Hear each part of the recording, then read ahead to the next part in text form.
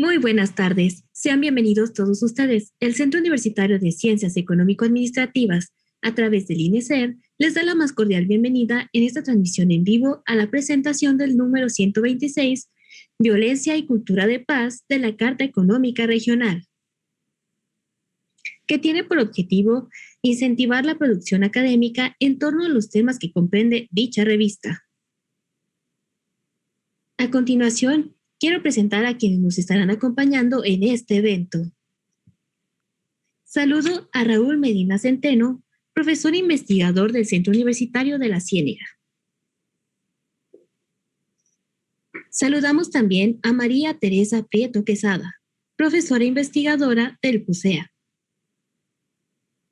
De la misma forma quiero saludar a Jorge Gómez Naredo, profesor titular B del Departamento de Sociología de la UDG. Y como moderadora de este evento nos acompaña Asmara González Rojas. Reiteramos el saludo a todos ustedes y les mencionamos que al finalizar este seminario se leerán las preguntas e inquietudes que ustedes tengan, siempre y cuando las escriban en el chat de la plataforma de Facebook Live. De igual manera les anunciamos que pueden consultar en webinars.qcea.udg.mx los seminarios llevados a cabo y próximos a emitirse.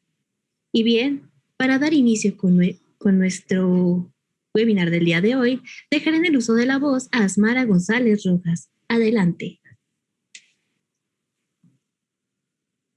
¿Qué tal? Buenas tardes. Pues bienvenidos a esta presentación de la revista Carta Económica Regional. El número que presentamos el día de hoy es Violencia y Cultura de Paz en México, que corresponde al número 126 de julio-diciembre del 2020.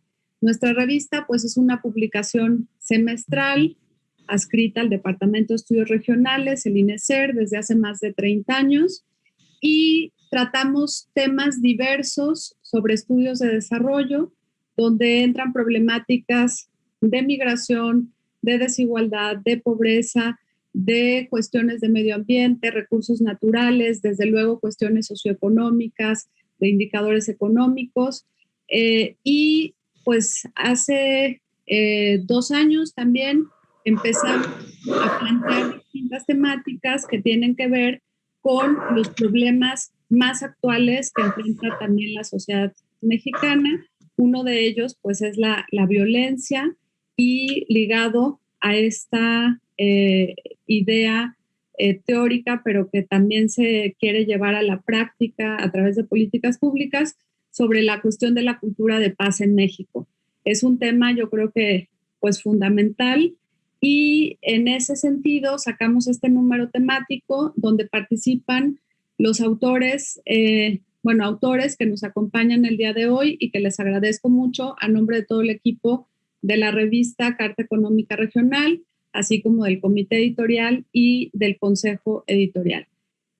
Pues les voy a introducir a nuestros autores, comenzando por el doctor Raúl Medina Centeno, quien es doctor en Psicología Social, es miembro del Sistema Nacional de Investigadores y es uno de los psicoterapeutas investigadores más reconocidos en América Latina por sus propuestas y por su originalidad respecto a las cuestiones de teoría social para la creación de métodos de intervención en problemas psicosociales. Sus líneas de investigación pues tienen que ver con la teoría social, la inclusión y la exclusión social, el bienestar social, conciencia y empoderamiento de la libre acción, psicología social, entre otros. Es presidente honorífico del Instituto Zapopan y miembro fundador de la Red Europea y Latinoamericana de Escuelas Sistémicas. Tiene innumerables publicaciones, artículos, capítulos de libro, etcétera, que no me voy a detener porque si no, no nos ajusta el tiempo. También contamos con la presencia del doctor Jorge Gómez Naredo, que es doctor en Ciencias Sociales por el CIESAS Occidente, y bueno, él tiene gran experiencia en cuestiones de periodismo, ¿sí?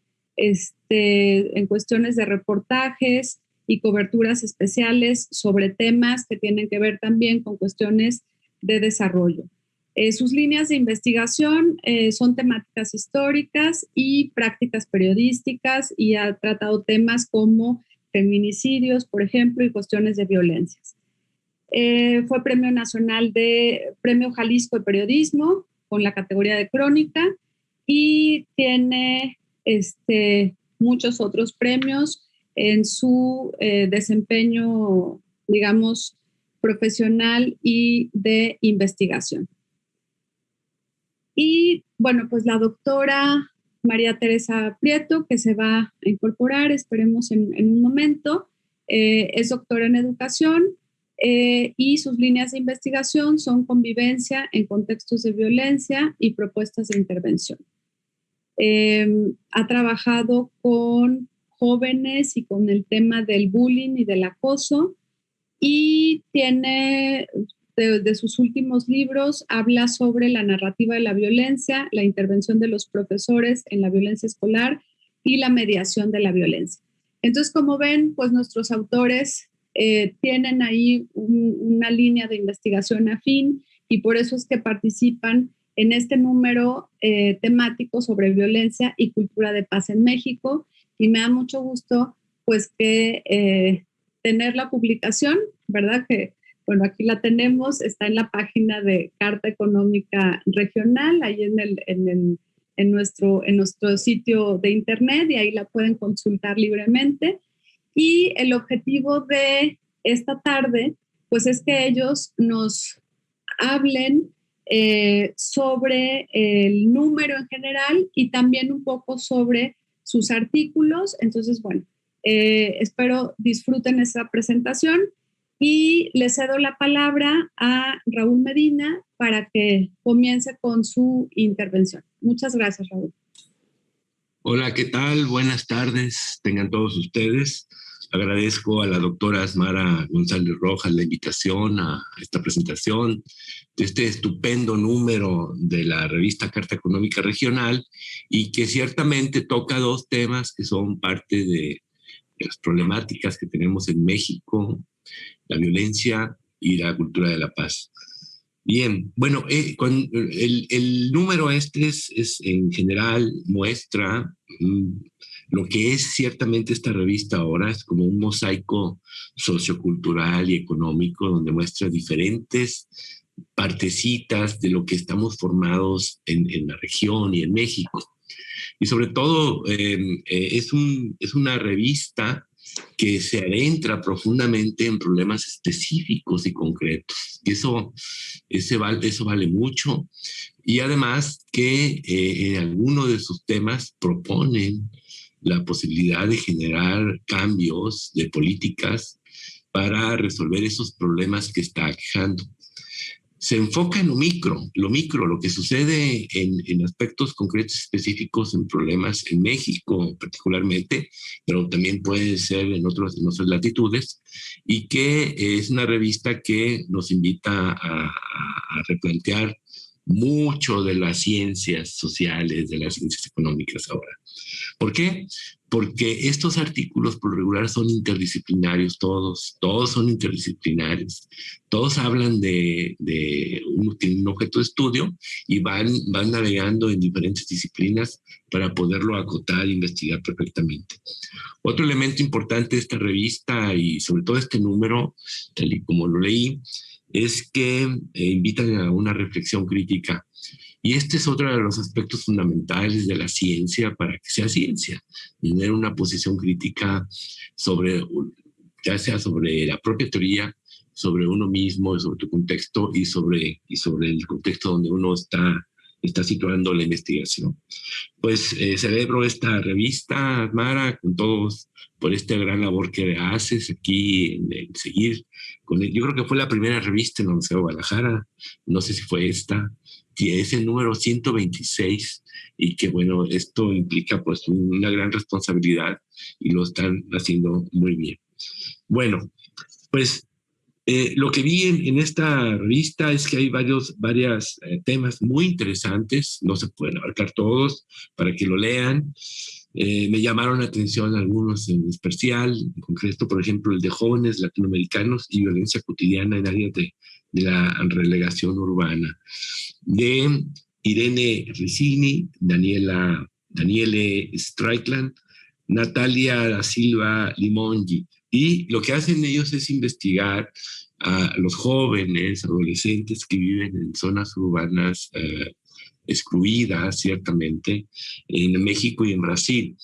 Y lo interesante de su investigación es que se introducen a conversar con los jóvenes para que desde su perspectiva ellos pudieran plantear qué es lo que les hace falta precisamente para salir de ese círculo de la violencia y de la exclusión. Ciertamente, el más recurrente, dicen, no involucrarte con los malos, eso es típico, ¿no? Como cuidarte, no involucrarte porque si no es muy difícil. Pero, y luego lanzan la situación, dicen, pues lo que ya sabemos, pero sin embargo no se escucha. El joven es consciente y lo dice, más oportunidades de educación, más oportunidades de trabajo, más oportunidades de generar actividades incluyentes para los jóvenes en estas zonas urbanas. Ese es lo que plantea esta investigación en términos generales. Y luego viene otra sobre violencia de género en la prensa de Jalisco, el acoso, el feminicidio. Estamos lejos de la paz, de María Teresa Prieto Quesada. Es interesante cómo sigue un periódico donde hablan sobre los feminicidios y la importancia de ampliar el concepto hacia toda la población, como difundirlo como un fenómeno terrible que está aumentando, ¿no? Y lo interesante de esto es que es un tema complejo el feminicidio. No es lineal, mucha gente cree que es lineal. Y aquí es uno de mis temas. Yo no escribí este artículo, pero es un tema interesante. El patriarcado, visto desde la cultura de la familia rígida, machista, tradicional, genera este tipo de dinámicas vinculadas con una política social o una estructura que no ayuda precisamente al reconocimiento de la diversidad de las familias, que se transforman, que cambian y que pueden precisamente resolver sus problemas a través de la mediación y no a través de la muerte o del maltrato, ¿no? Y luego viene la precarización laboral y corrupción, límites de los derechos de la conservación en el Alto Golfo de California, con Alejandro Navarro. Es interesante también este artículo, donde hablan sobre las especies marinas en el Alto Golfo de California, pero está hablando de la precarización laboral ahí, está hablando precisamente de las condiciones en que las personas locales, cómo viven esto y lo difícil que es precisamente parar una serie de corrupciones y de problemas que existen en base a esta área de México. Y luego viene activismo y compasión. Parece que hay por ahí una de las autoras, estrategias para el autocuidado en personas defensoras de derechos humanos en México, de María Fernanda Quesada y Citlali Reynoso Ramos. Me llamó mucho la atención este artículo porque hablan precisamente del activismo y la compasión, hablan de un trabajo cualitativo que hicieron con un grupo de personas que son activistas y que los invitan a reflexionar a través de una serie de pautas con un método que tienen ellos para que pudieran ampliar conciencia de lo que son, de generar una serie de conciencia sobre sí mismo y sobre conciencia sobre los demás para poder intervenir con mayor potencia hacia su actividad. Es todo un ejercicio interesante que me recuerda mucho. Por ejemplo, dice que convivir en el encuentro con otras personas, hay que ampliar esto, aunque tengamos diferencias. Podemos encontrar un lugar común, crear comunidad a partir de un sentimiento de reconocernos y reconocerme como seres sintientes. Y me recuerda mucho a Pablo Fernández Cristilev de la UNAM, que habla sobre las emociones y que somos seres sintientes principalmente antes que racionales. Y también de Maturana cuando habla de amor, que yo lo aplico mucho en mi artículo, que es la capacidad precisamente de reconocer al otro como digno, y que es en esa actitud prácticamente se puede construir pues, una conversación de paz, una conversación distinta y una negociación sobre la realidad desde otro punto de vista. Bueno, yo tengo un artículo, voy a ser muy específico para que a ver si lo lean y nos puedan escribir. Se llama El impacto de las políticas laborales y de la guerra contra el narcotráfico en la familia y el malestar psicológico infantil en México. Yo soy psicólogo, pues soy un psicólogo social clínico, y en el campo clínico lo que nos encontramos nosotros prácticamente es que dentro de las narrativas del malestar psicológico están muchas injusticias en medio, muchos aspectos de tipo estructural que están implícitas en estas narrativas. Un psicologismo clínico te lleva a etiquetar a un niño como depresivo, como ansioso, y eso en mi opinión es un error terrible, o una familia maltratante. Si no contextualizamos muy bien el malestar psicológico, podemos ser maltratantes nosotros también, en este afán de etiquetar y excluir a gente, hacerlos ver que están enfermos, etc. La investigación que he hecho por muchos años es precisamente es un tipo de psicología social clínica que contextualiza el malestar. Y en este artículo en particular se hizo un análisis sobre las políticas públicas que inició generando Felipe Calderón sobre la guerra contra el narco y las reformas laborales que las concretó después Peña Nieto. Lo que nosotros vimos en concreto es que prácticamente hubo un problema en el tejido social con esto. Ustedes saben bien que fracasaron prácticamente de las políticas, ambas políticas. No les voy a decir, aumentó el delito y aumentó el riesgo de la gente, y que es una bola de nieve que es imparable. Pero las investigaciones que hay ahorita periodísticas muy fuertes, de animal político hasta otros, señalan que pues, está vinculado los gobiernos, los empresarios, varios empresarios y el crimen organizado. Todos generan un crimen organizado y generan una serie de terror hacia la población para despojarlos, en concreto en Michoacán, de sus tierras. Esta es una cosa terrible. Y de ahí aparecen pues todos los desplazados que vienen aquí a Guadalajara o a otros lados. Bueno, pues ¿qué les puedo decir? Esto es lo más terrible que le puede pasar a una población, y por eso es imposible pararlo, y aumentó prácticamente el terror en México. Bueno, y le suma la reforma laboral, donde precariza prácticamente el trabajo. Los trabajos no son dignos en su gran mayoría, y los dos, si es que hay dos personas como papá y mamá o dos hombres, la pareja, tienen que ir a trabajar por fuerza, no por elección, sino por fuerza, porque tienen que sobrevivir. Eso sucedió, los derechos de los trabajadores y el trabajo digno pues cayó en su mínima expresión, y apareció un fenómeno interesante. En los últimos 30 años, bajo esta política neoliberal, las familias cambiaron hacia adentro en su estructura relacional. La crianza tuvo un cambio radical. Si ustedes pueden observar, los dos van a trabajar y dejan a los niños con la red, ya sea familiar, si es que hay, extensa, los abuelos. Y ahí cambia radicalmente. Los abuelos se convierten en los padres de nuevo de estos niños. No son unos abuelos como los abuelos que son asesores de la familia y vienen y te acompañan el fin de semana. No, ese es un cambio radical. La familia extensa, donde ahora resulta que los abuelos se convierten en los padres de sus nietos.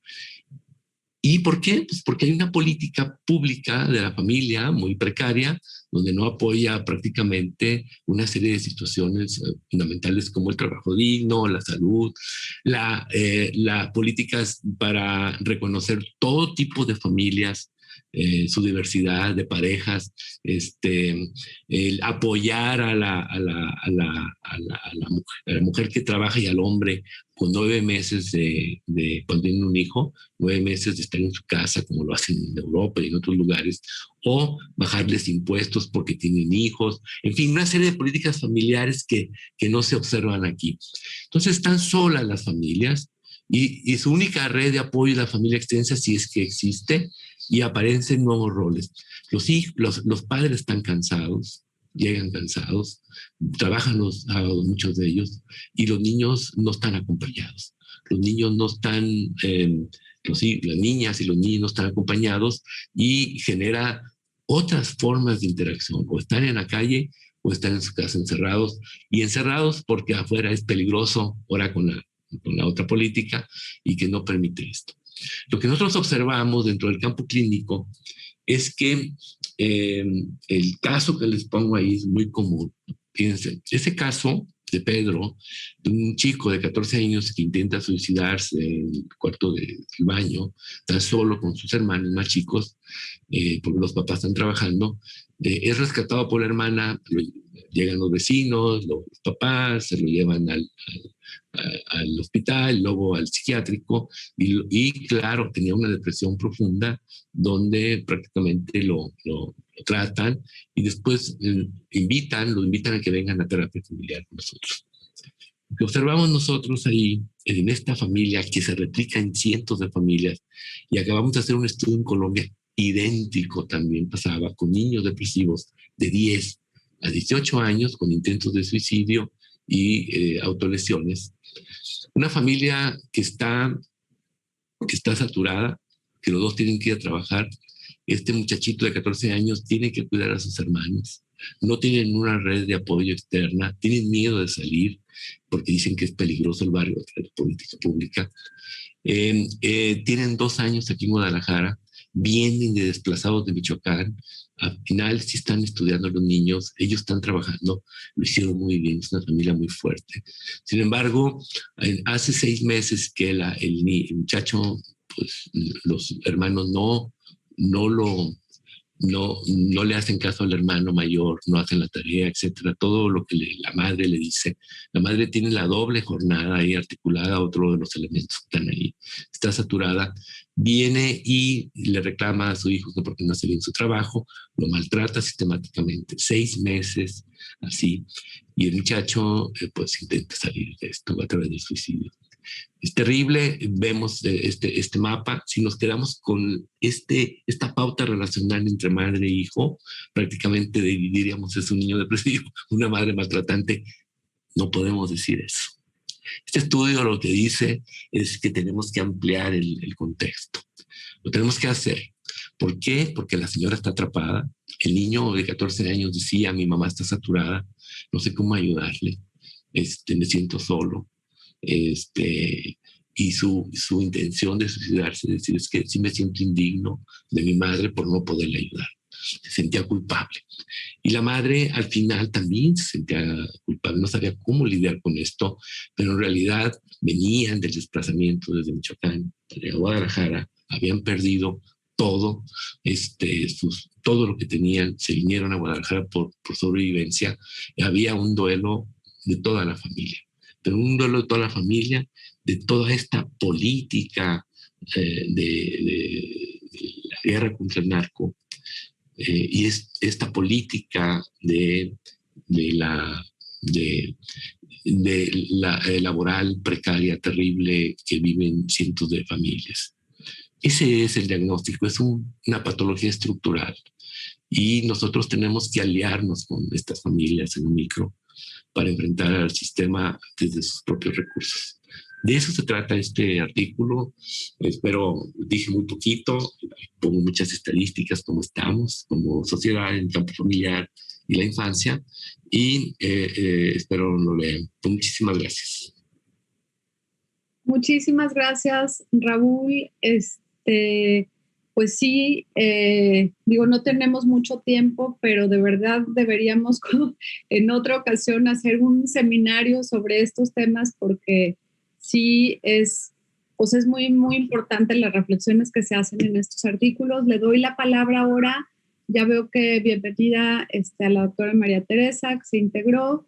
Le doy la palabra a Jorge y después a María Teresa. Gracias. Hola, muchas gracias, Esmara.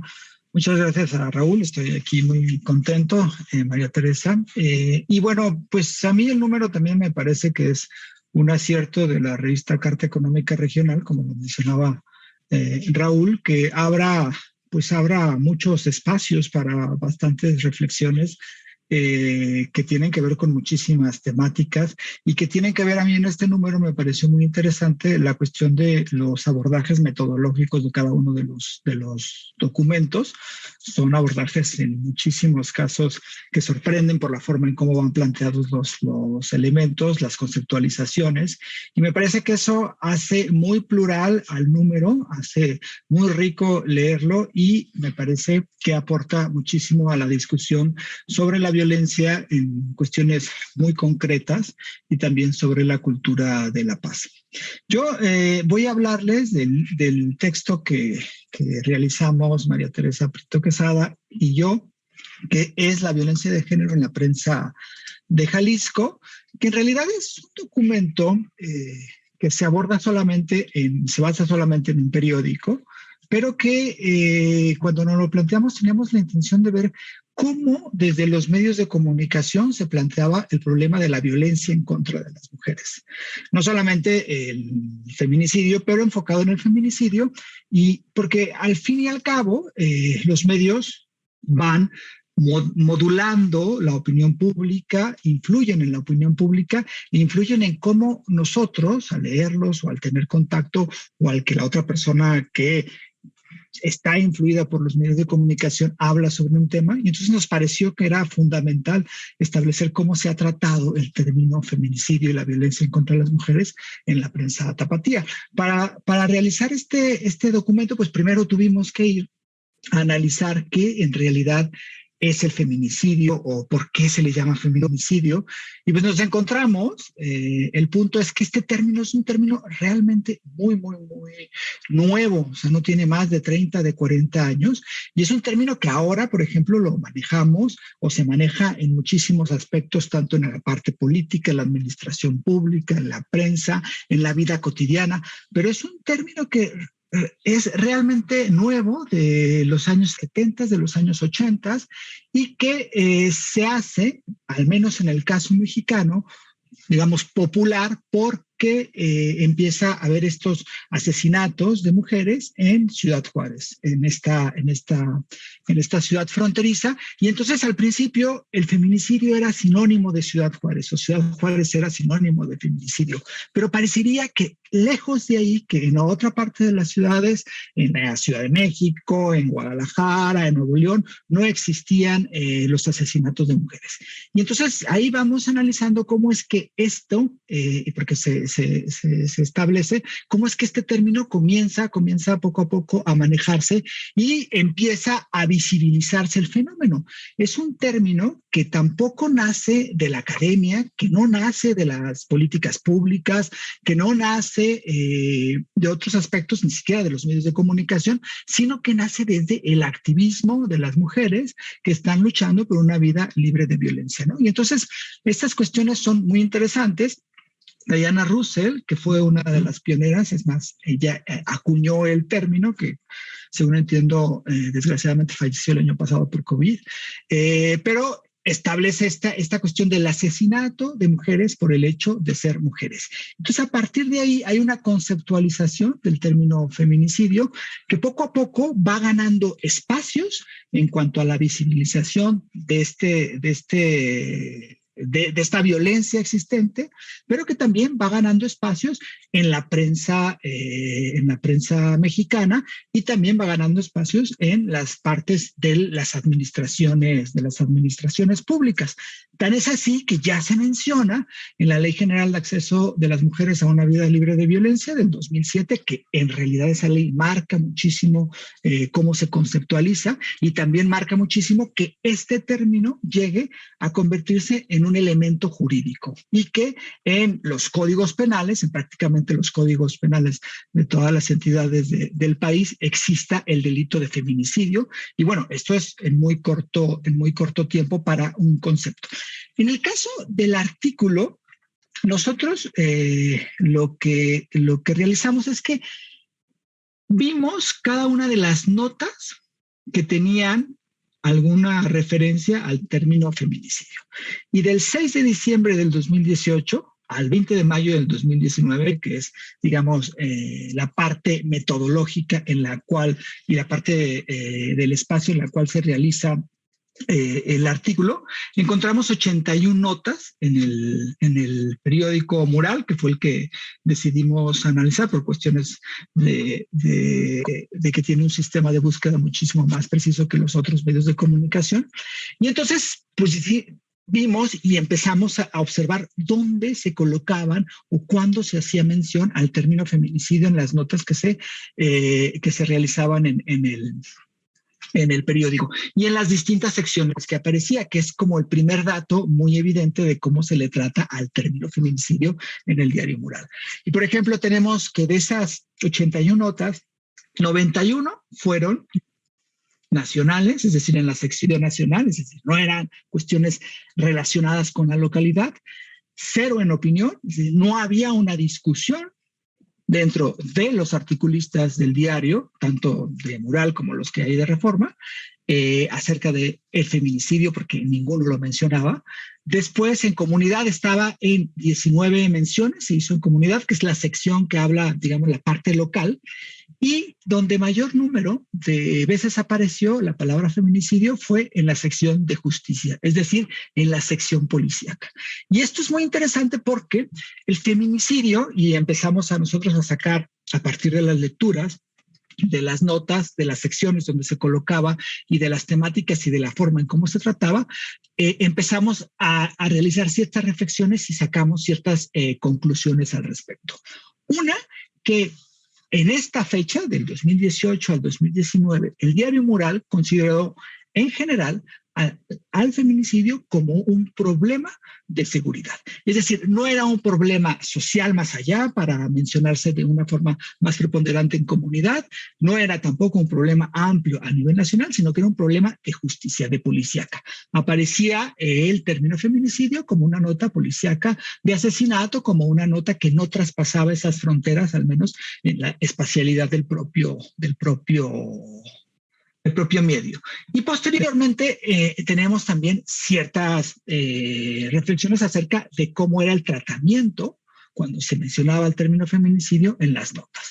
Y una es que las fuentes eran restringidas y había poco acceso o poco seguimiento de los casos. No era que los reporteros o las reporteras del diario Mural hicieran una investigación, platicaran con los familiares de las personas, con los familiares de las víctimas de feminicidio, no. Prácticamente toda la información que se tenía de esto era información oficial, es decir, información policíaca, y había un mínimo seguimiento. No había historias, era prácticamente solamente un número o una mención. Asesinato de una mujer acá, feminicidio de una mujer acá, pero no había como esa parte que es algo importantísimo en cuanto a la comunicación, en cuanto a los medios de comunicación. Otra cuestión era que cuando se mencionaba la palabra feminicidio era de una forma como general.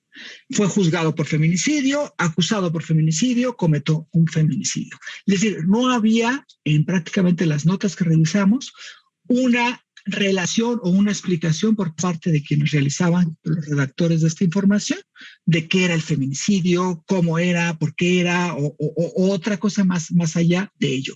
Y eso es un problema en cuanto a la cobertura de este término en cuanto a la cobertura del problema que representan los feminicidios.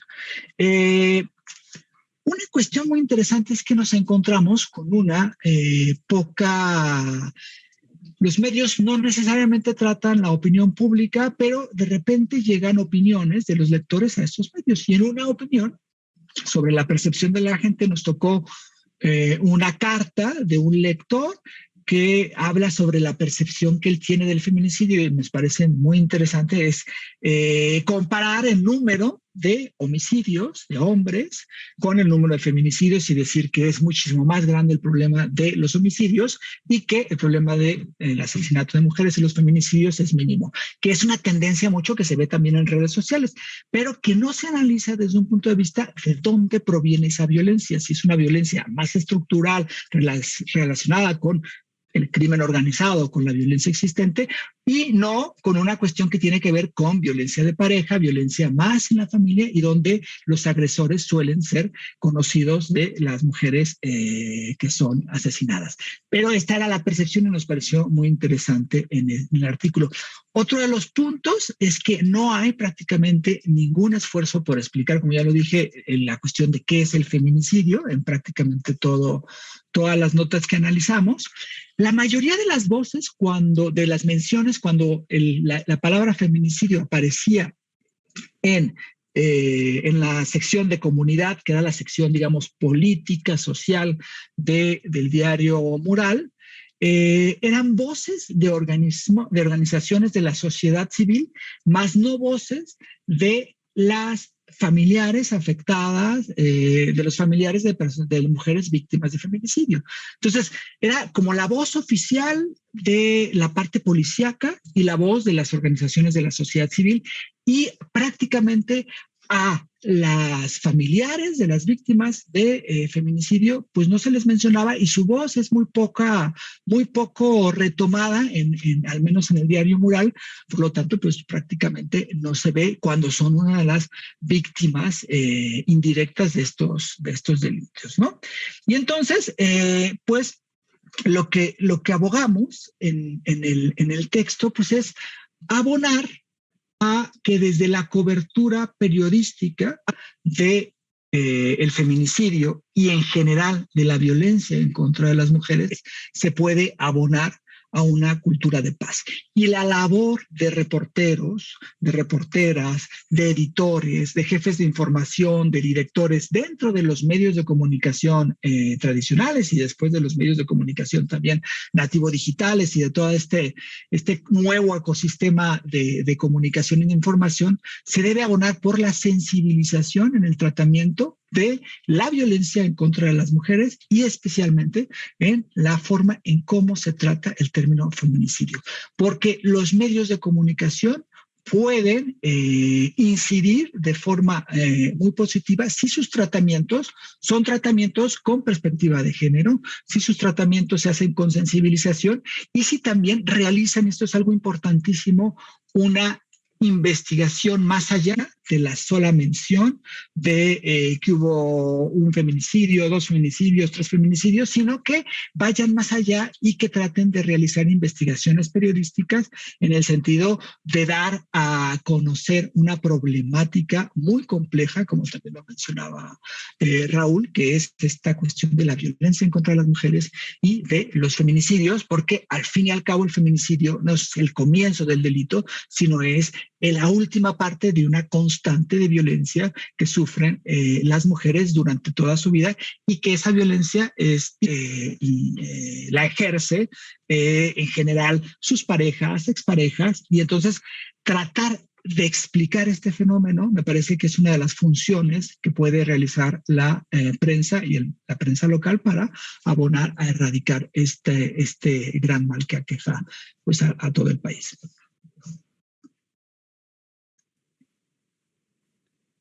Muchas gracias, Jorge, por tu intervención y tu presentación. Y pues nuevamente, los artículos que contiene este número de la revista. Realmente la problemática es muy desgarradora. Yo me acuerdo al leer el texto de Raúl, después el de María Teresa y tuyo, no, bueno, pues uno queda realmente muy impactado con los hallazgos, ¿no?, que ustedes están mostrando. A ver si tenemos después un poquito de tiempo para comentar, no me extiendo más y le doy la palabra a María Teresa. Adelante. Muchas gracias, Asmara. Para mí es un placer estar en la presentación del número 126 de la revista Carta Económica Regional, que pues es una revista sumamente importante que ya tiene pues más de 32 años.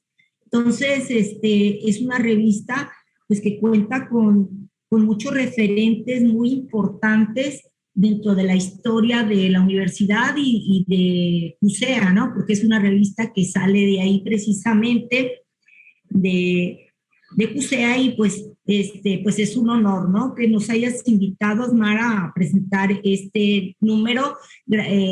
Gracias al doctor Raúl Medina, que pues muy interesante su trabajo, y a mi compañero Jorge Gómez Naredo, que pues ya hemos llevado varias batallas juntos y yo creo que seguiremos trabajando juntos porque pues se trabaja muy, muy bien con los pares y sobre todo con los que pensamos de manera similar y con los que combatimos de manera similar esta otra pandemia que es la violencia en cualquiera de sus manifestaciones. Y bueno, este número yo lo vi que incluye pues diferentes perspectivas y aproximaciones tanto teóricas como metodológicas, ¿no? El tema de violencias, porque no se puede hablar de una violencia, sino de violencias y paz, o paces, ¿no?, como dicen en plural, donde pues se abordan diversos enfoques teóricos y metodológicos. Esta revista presenta 5 artículos temáticos y 3 artículos de temas diversos y una reseña y un libro. Entonces, pues me enfocaré a los artículos temáticos que ya habló, pues ya me ayudó mucho el doctor Raúl Medina en la presentación. Y bueno, vemos que tocan todos los temas de violencia y paz, sobre todo relacionado a jóvenes, a niños y niñas, a mujeres y sobre todo pues a diferentes sujetos vulnerables dentro de la sociedad. Entonces los estudios, a pesar de que son varios, sí se enfocan directamente a la temática de violencia y cultura de paz. La violencia, pues podemos decir que es un hecho expandido, una suerte de virus letal que invade las sociedades del presente, como si fuera una pandemia, ¿verdad? Igual la violencia ha sido una pandemia que no la hemos podido desterrar y al parecer, pues sin remedio, sin una vacuna que pueda subsanar sus desgarradoras consecuencias. La evidencia de la violencia se ha vuelto viral debido a la expansión del fenómeno tecnológico. Hoy conocemos hechos fatídicos que espantan a cualquiera en todos los rincones del planeta. En este contexto de pandemia, una parte del continente americano padece una devastación de la vida de su ciudadanía. Y bueno, cada día estamos más vulnerables. Estamos acostumbrados a amanecer con tremendas noticias de fallecidos por COVID.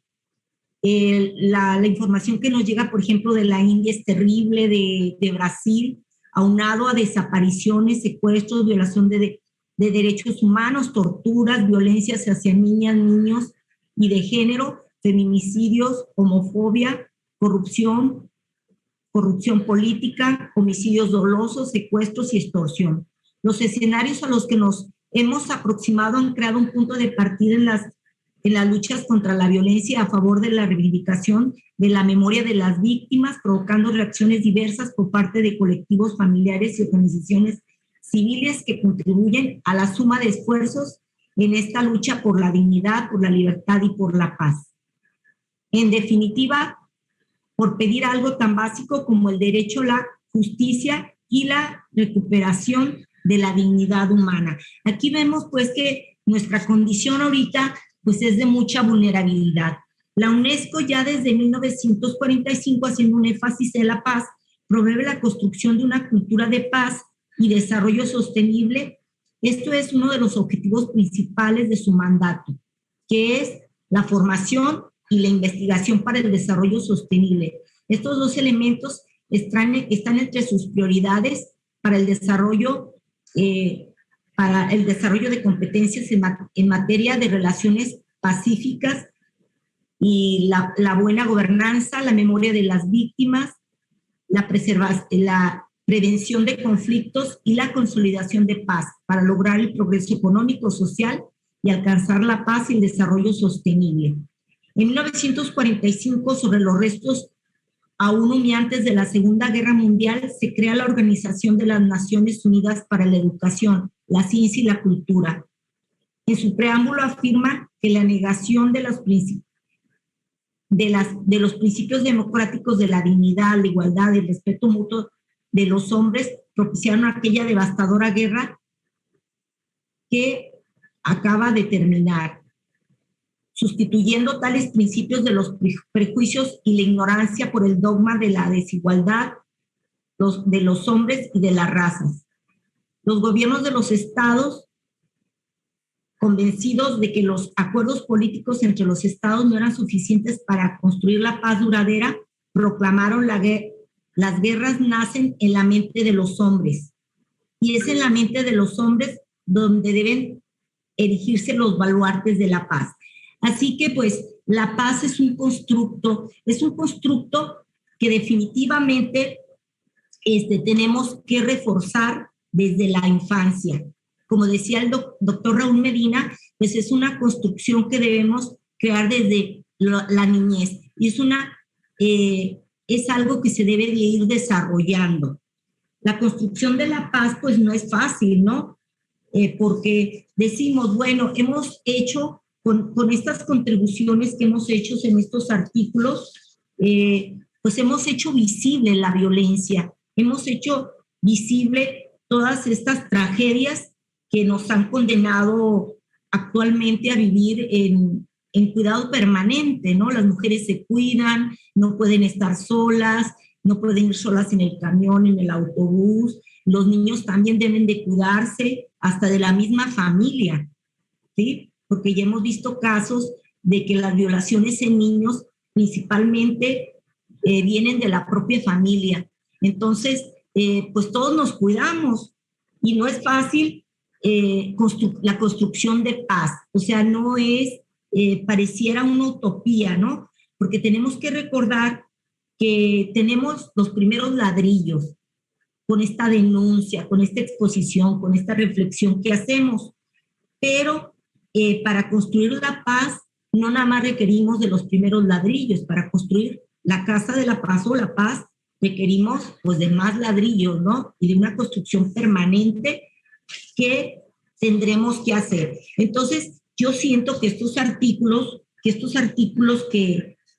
se enfocan precisamente a la violencia de cultura de paz, pues los autores, por ejemplo, del primer artículo, Jóvenes Latinoamericanos y Violencia Cotidiana en áreas de marginación urbana, que escriben Rizzini, Steicat y Da Silva, pues entran su investigación en población juvenil de México y Brasil, vulnerable, ¿verdad? Y aquí vemos pues cómo no solo en estos países, sino en otros más de América Latina y de otras orbes del mundo, nos recomiendan las autoras llegar a la reflexión profunda, ¿verdad?, de cómo abordar las violencias que se están presentando entre los jóvenes, estas nuevas violencias, porque la violencia parece que va metamorfoseándose, no es la misma. Los jóvenes tienen nuevas formas de expresión de violencia y esto lo vemos, por ejemplo, con el ciberbullying que ya se está dando en las redes sociales y otros tipos de violencia que se están presentando en la actualidad. Entonces, pues es una reflexión muy interesante y muy importante que hacen estas autoras. Y bueno, me paso el tercer artículo porque ya lo explicó muy bien Jorge Gómez Naredo, el artículo que hicimos sobre violencia de género en la prensa de Jalisco, y el tercer artículo de Alejandra Navarro Smith nos habla de la precarización laboral y corrupción, límites de los derechos y de la conservación en el Alto Golfo de California, donde se analiza la construcción de espacios marinos en un escenario de violencias sistemáticas que incluyen precarización de empleo, corrupción y fortalecimiento de mercados negros transnacionales que extienden sus redes a las zonas rurales de la frontera norte de México. También un artículo recomendable para todos aquellos que trabajan el tema de precarización laboral. También el cuarto artículo es el impacto de la política laboral y la guerra contra el narcotráfico, que muy bien, magistralmente lo expuso el doctor Raúl Medina, ¿verdad? Con ese enfoque sistémico psicológico donde él es un experto, y también está sumamente interesante porque nos da cuenta pues de la violencia y el maltrato en el que viven muchos niños y niñas en México y cómo abordarlo adecuadamente desde la psicología infantil. Es también muy, muy importante este trabajo que debemos de recuperar y volverlo a releer porque seguimos aprendiendo de ese artículo. También hay otro artículo que se enfoca al activismo y compasión, estrategias para el autocuidado en personas defensoras de derechos humanos, donde señalan que en México los defensores de derechos humanos se enfrentan a una tarea peligrosa, demandante y sujeta a estigmatización y criminalización, lo cual tiene como consecuencias una deserción que deriva en movimientos de justicia social. Principalmente, este artículo se centra en plantear estrategias para el fortalecimiento de la compasión como elemento central del autocuidado de los activistas sociales. Y ellos plantean un taller presencial para la defensa de los derechos humanos, que creo que también es importante, ya que los defensores de los derechos humanos ya también se encuentran en peligro porque han sido amenazados y coercionados por autoridades. Y bueno, también teníamos algunos artículos que también son sumamente importantes y muy interesantes, que son los relacionados, artículos diversos. Una es la reconversión agrícola a la cebada por la producción de cerveza en Zacatecas, Vigón Muñoz Morales y Darcy Tetraul. En este artículo analizan las autoras los programas de reconversión agrícola a la cebada en Zacatecas, donde se ubica la fábrica de cerveza del Grupo Modelo, que se ostenta como la más grande del mundo, que condiciona al campo laboral, los está condicionando, los está cambiando del campo laboral a campo de producción de cebada. Las revisiones documentales y las investigaciones de campo mostraron que mediante la diversidad de contratos hay abismales diferencias entre los grupos de trabajadores de cebada y el Grupo Modelo, en donde el único que resulta ganador es la compañía transnacional. Aquí vemos pues explotación de los trabajadores y cómo se cambia pues la política de habilitar la zona para la producción de cebada que beneficia a este grupo cervecero. Otro artículo es las condiciones laborales de la comunidad indígena en la región metropolitana de Guadalajara, que trabajan José María Parra Ruiz y Emilia Gámez Frías, donde se abre la perspectiva sociológica del trabajo, donde los autores pretenden ofrecer evidencias sobre las condiciones laborales que experimentan trabajadores indígenas con el fin de identificar los distintos niveles de precariedad y de no precariedad salarial, así como de las distintas prestaciones laborales que registra la fuerza de trabajo indígena, y evidenciar de manera estadística las condiciones de desigualdad laboral que imperan en la fuerza y condiciones laborales de la comunidad indígena referentes a la región metropolitana de Guadalajara. Y finalmente también hay otro artículo de la justicia restaurativa como mecanismo de cierre del centro de detenciones de Guantánamo, de García Vázquez. Este artículo es un estudio de la visibilidad de desarrollar una estrategia para proceder al cierre del centro de detención de la Bahía de Guantánamo, empleando la justicia restaurativa como mecanismo para lograr una salida a este conflicto que lleva 2 décadas sin resolución y que ha minado la credibilidad internacional de Estados Unidos como garante de la defensa de los derechos humanos frente a las tiranías, las injusticias y la opresión. Para ello se exponen los planteamientos teóricos de la justicia restaurativa aplicada a la problemática objeto de estudio. Y finalmente hay una reseña muy interesante del libro de la doctora Rosa Rojas, que nos habla de las políticas públicas del olvido, los pueblos indígenas de Jalisco antes y después de las alternativas. Esta reseña la hace el doctor Andrés Antonio Fábregas. Interesantísimo, ¿no? El libro, hasta voy a tratar de conseguirlo, porque es muy interesante. Y bueno, en palabras de Fábregas, él dice que este libro es un compendio para mostrar y discutir cómo se aplicaron las políticas indigenistas en el estado de Jalisco en los periodos de 1995 al 2012. La importancia del libro no solo estriba en el desarrollo y análisis que contiene, sino también en la reflexión de la autora, quien estuvo situada en una posición que los antropólogos llaman observación participante. Este libro hay que leerlo de pe a pa, señala el doctor Fábregas, como una obra que debe ser examinada con el mismo detalle con el que está escrita. No solo nos dice qué ha sido el indigenismo en Jalisco, sino qué características guarda el Estado mexicano respecto a la concepción de la variedad cultural del país y las reflexiones teóricas que convencieron a los círculos de poder de que la nación solo es posible en la comunidad de cultura. Y muy importante, que de ahí emana la legitimidad del propio Estado-nación. Entonces, pues, están cordialmente invitados a leer esta revista, que pues yo creo que nos va a dejar muchos elementos para seguir trabajando tanto en temas de feminicidio, en temas de niños y niñas en condiciones vulnerables, pues también de indígenas y pues otros temas más que quedan en el escritorio y que pues hay muchas cosas por hacer todavía para hablar de paz. Como digo, tenemos los primeros ladrillos, pero para construir una casa requerimos más. La paz se construye día a día. Muchas gracias, muy amables.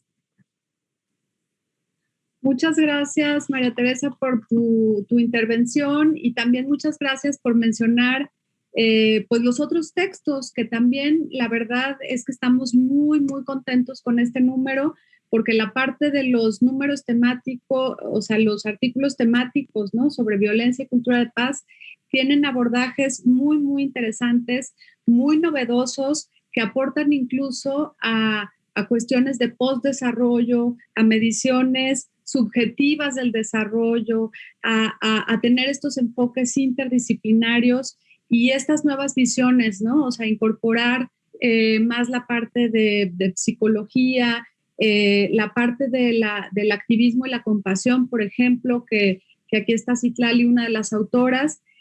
También lo recomiendo muchísimo porque hicieron un esfuerzo por mostrar estos nuevos enfoques que pueden sonar muy controvertidos, que cada vez hacen más sentidos ante el escenario de violencia que enfrentamos en los países de América Latina y en México en particular.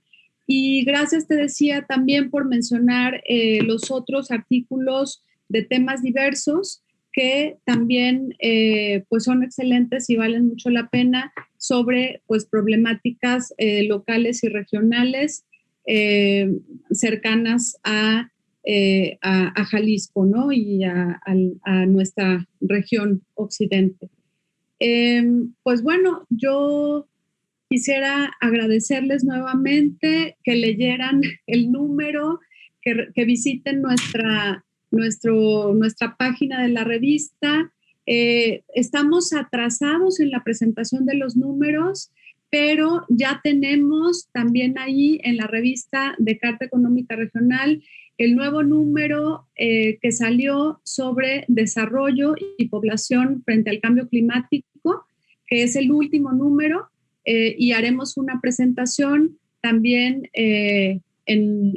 próximamente, ¿no? Y ya les avisaremos. Estamos atrasados con las presentaciones, pero no con los números. Ahí están en la revista, los pueden consultar y podemos seguir dialogando cuando ustedes gusten, ¿no? Podemos armar algún otro seminario sobre el tema o incluso algún otro número temático. Estamos abiertos, el comité editorial, a la recepción de propuestas sobre temáticas de desarrollo y también sobre esta misma línea de cuestiones de violencia y de cultura de paz, de mediación, etcétera, ¿no? Entonces, pues les agradezco muchísimo y pues buenas tardes. Nos vemos próximamente. Gracias. ¿Cuándo nos haces llegar el libro, Asmara, de la revista? Están ahí ya los paquetes para mandárselos. Yo les mando un correo con la confirmación. ¿De acuerdo? Gracias. Mucho gusto, Jorge. Mucho gusto, Teresa. Mucho gusto, doctor Raúl.